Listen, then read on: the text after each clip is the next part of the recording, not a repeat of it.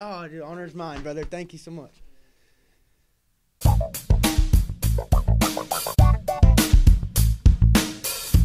This is the Schmo with the pro with the number 11th ranked UFC Featherweight, Thug Nasty, Bryce Mitchell in the flesh, Las Vegas, Nevada. How we doing? Doing great, brother. Thank you so much for having me. I'm, honored to be on the show, and I'm here to give the people what they want. We appreciate that, man. You're sporting your... Appreciate you, man. Sporting your red, Passion or Fire, the album debut last month, 7 songs. The Schmo just listened to it, man. You got some bars. Oh, thanks, brother. Thank you. I got bars like a pharmacy. Yeah, man. Appreciate that, That's man. That's what the kids on the street are saying these days. You know, I was just trying to say something cool and catchy. That wasn't even my catchphrase there. Well, it works, man. What makes you feel that you have more bars than, let's say, a Andre Fili, a guy that you beat, a Brian Keller, who also raps, and a Tyron Woodley? You know, the thing with art like that is that it's all subjective, and, actually I've listened to all of those guys rap that you just mentioned, and they do nothing but inspire me to make my music, and actually all those guys that you mentioned, I actually like their fights as well, and they're real good people, and I just don't compare myself to their music like that.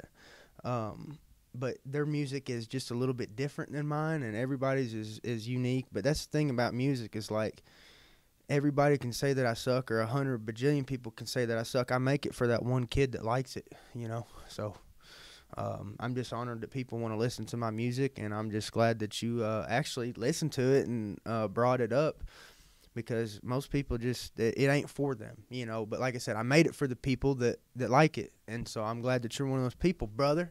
Bam. Let's go. So there'll be more to come. Now talk to the Schmo for a second. You got a big matchup coming up. You're facing Edson Barboza. It's going to be at UFC 272. Finally returning. Obviously, you had the broken hand. You had to take 2021 off. What are your expectations with Edson Barboza? I'm expecting to win the fight. And, you should always expect to win the fight. If not, you're in the wrong sport. You need to go play tennis or some shit, and where you're not going to get hurt if you lose. Because if you go in there expecting to lose, you're going to get hurt worse. Damn right, man. Now, when we look at this featherweight division, this upcoming weekend, you're cornering your buddy TJ. Obviously, he's fighting a guy who's stepping up short notice, and Rosa, who you obviously got the victory over. But in this main event, man, Giga Chikadze is fighting Calvin Kattar. Do you see the winner of this fight deserving of a title shot next? I honestly do, but everybody's got their own opinion, and I think there's so many people up there that are so close to it that it could go a lot of ways. I'm not going to be offended either way, but, when I get my next win, I'm up in that category, but there's a lot of people that have been waiting in line for a long time, and, I don't think that there's a wrong fight to pick. If you narrow it down to about 5 people, either one of those 5, maybe 6 if you count me, it's like, you can't go wrong with any of those picks. It's more about just getting the title fight out there, giving the people what they want. And if that fight goes good, guess what? People want to see the next fight with the, you know what I'm saying? Then the next guy in line gets his turn, and, man, I'm not going to get my feelings hurt if I'm not next in line. Fair enough, but let's talk about who's next in line and what's to come. Do you think that Korean Zombie was worthy enough to get the call-up to fight Volkanovski when Holloway had to withdraw for injury for that trilogy fight? So, who was Korean's last win? He is coming off a win. I can't remember who it was though. Yeah, the Schmo's just trying to think right off. Dan Ige. How did that fight go? See, I can't remember exactly how it went, but so my memory's too bad. I've been hitting the head too many times. Happens. It does. It happens to the best of us, brother. But the thing with the Korean Zombie is he had a tough fight against Ortega. And I think that was one of his roughest fights that I've seen. And that was 2 fights ago. But I can't remember his last fight. But like I said, I like all these guys. And I actually saw Giga and Kattar at the hotels. And, I actually like all these guys for the most part. So, it doesn't make me to see any of them succeeding. It don't bother me a bit. And speaking of succeeding, he got some training in today with the machine, Merab Dvalishvili, and the current champion at bantamweight, Aljamain Sterling. How does Aljamain look heading into his rematch with Petr Yan? Well, I kept my shirt on because he's like all ripped up, and I didn't want to be not looking all ripped up. So he looks phenomenal. You know, it feels phenomenal too, man. He's a great training partner. He has been over the years. We've known each other almost 10 years now.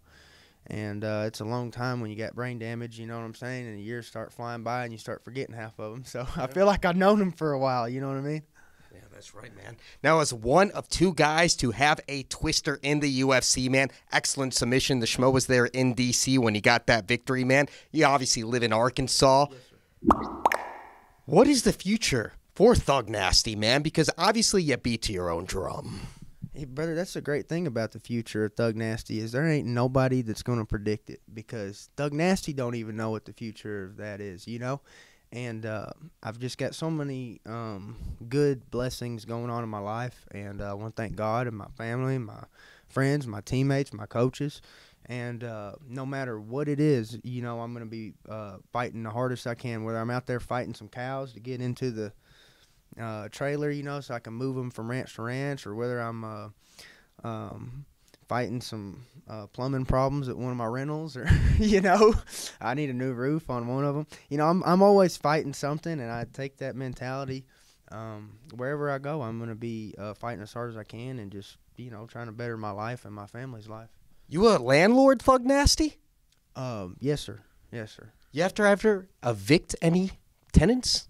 You ever have to do that? I don't think so. Yeah, I don't think that I have yet. You're a damn good homeowner. Yeah. The Schmo has to buy property. We know who to look for. Yeah, or rent in this case. Yeah, and people always make the joke. They say, "Oh, I wouldn't want to Thug Nasty be my landlord. It'd beat me up." And the truth is, it's the exact opposite. If somebody is messing with you at one of my properties, brother, I'm coming. You want me to be your landlord? I'm coming over to kick somebody's ass, and we ain't calling no cops. You call me.